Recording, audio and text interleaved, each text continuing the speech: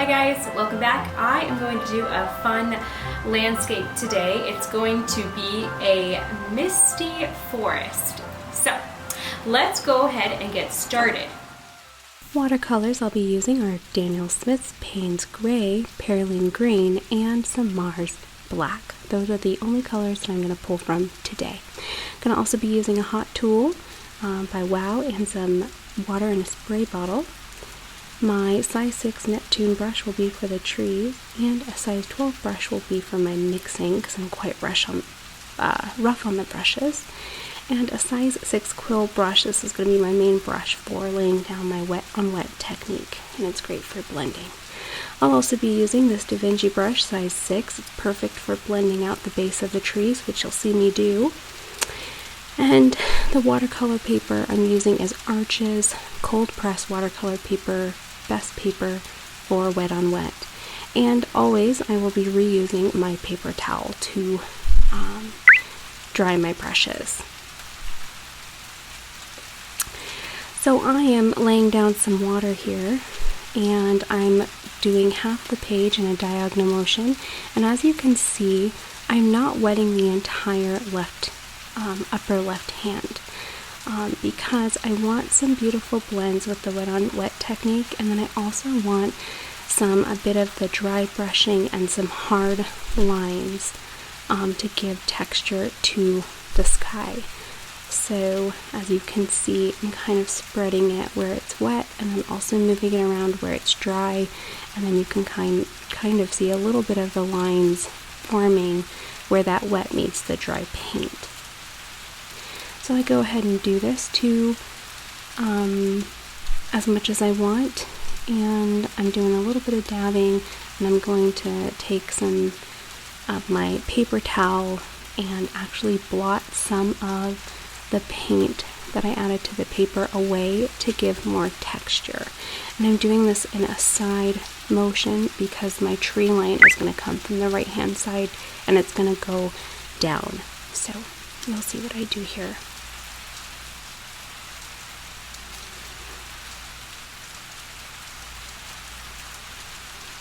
I take a piece of the paper towel and I scrunch it up. Really easy to do. The paint is still slightly wet, and it just removes some of that paint and gives texture. I don't have a plan of where I'm putting it. I'm just kind of eyeballing it and just giving it lots of texture, as you can see with this guy.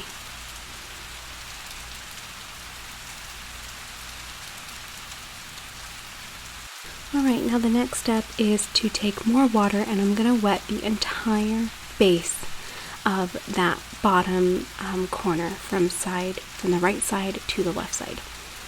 So I have something on my paper, I want to get it off, and I want to wet it quite thoroughly. This is where my trees will start.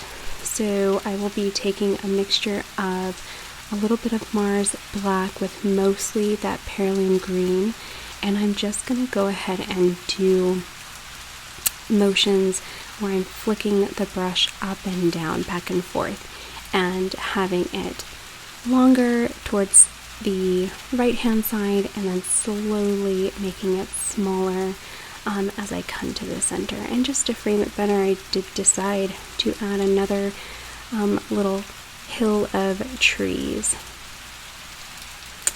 And one more. And that's the first layer, and then I'll end up taking a little bit of a dark color and I'll add it to the middle, bringing it down a little bit. If you want to have a nice blend, you add a bit more water, and then you can see that that paint is just dripping down.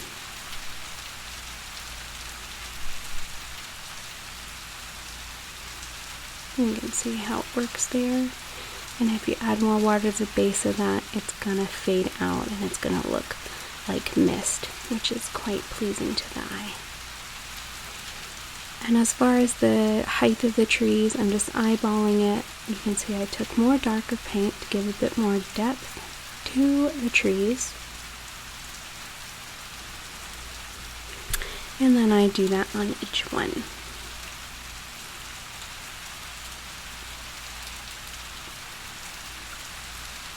You can see that I took my spray bottle there. When you're working with wet on wet technique, you want it to stay wet for the most part, and having that spray bottle and misting it every so often will help continue to make that paint wet. Now I'm not doing it super close to the paper, so it's not going to ruin my paint that I've already laid down.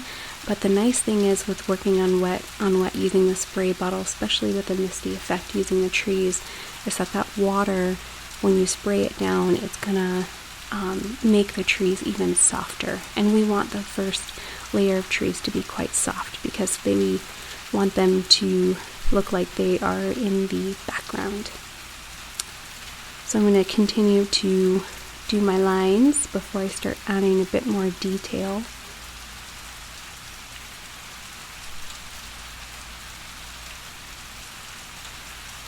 Pulling a little bit of that color down, taking most of the paint off my brush and blending it down to give it a bit more of a misty feel.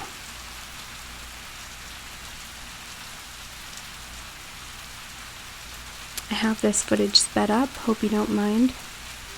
Otherwise, we would be here for quite a long time.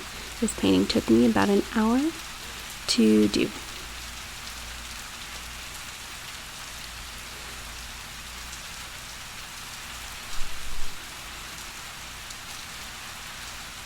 can also take your paper towel, and if you want to form a bit more softer mist, you can always blot some away using that heat tool to dry that first layer before moving on to my second one. As you can see here, I'm using a darker blend of the Perylene green and the Mars black, and I am just adding trees, and you can see there's quite a harsh line between the base of the trees and the greenery.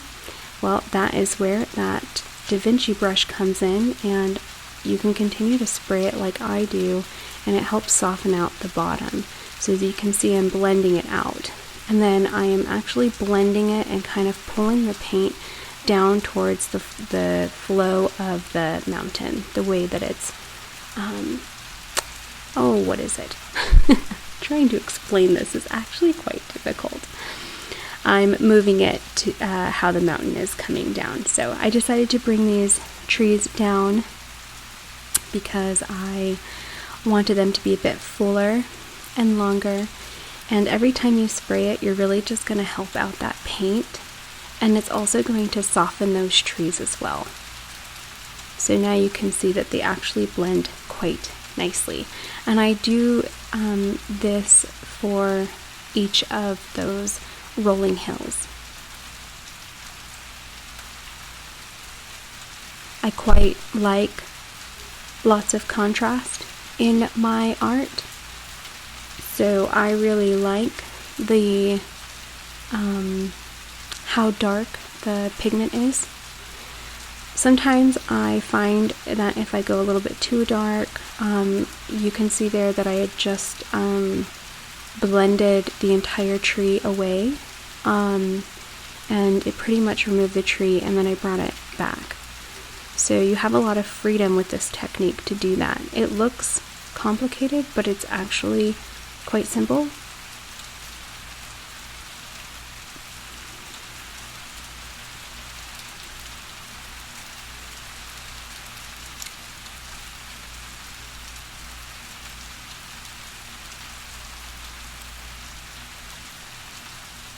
To fill in some of the space, I will then just draw lines. Not every line I draw will have branches, just to give a little bit of breaking up between the limbs of the trees and to make it just a bit different. Trees are very messy and they're hard to, when you have a lot of them together, it is just a little much to do all the details, and it just becomes quite messy, but it's doable, and I think it can still look really beautiful even in all of the mess.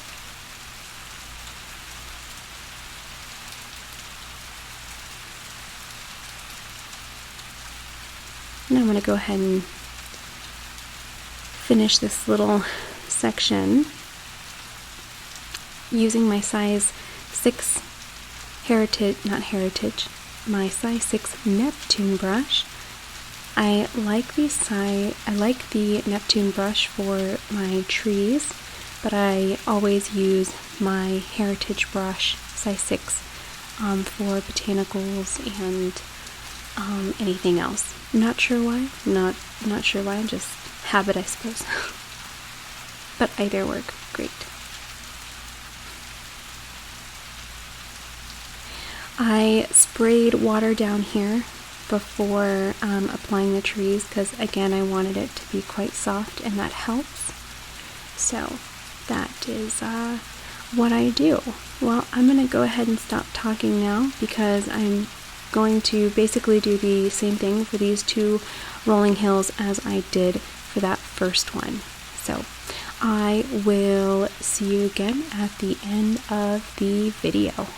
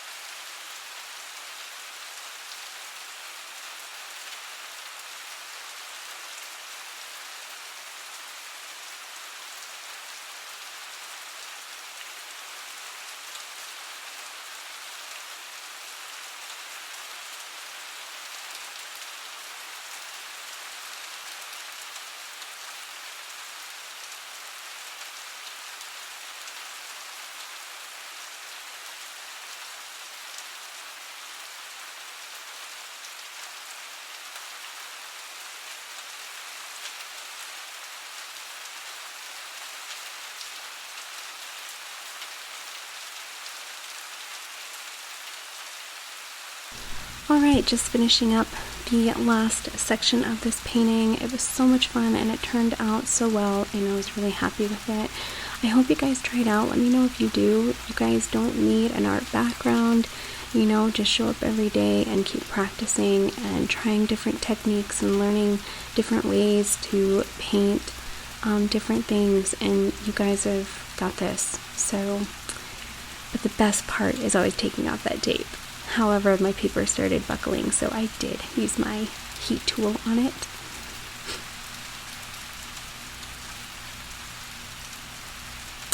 Well, thank you for joining me today, and let me know if you have any questions, different techniques, anything you want to see, let me know. And I look forward to seeing you in my next video. Be sure to like and subscribe. Bye, guys.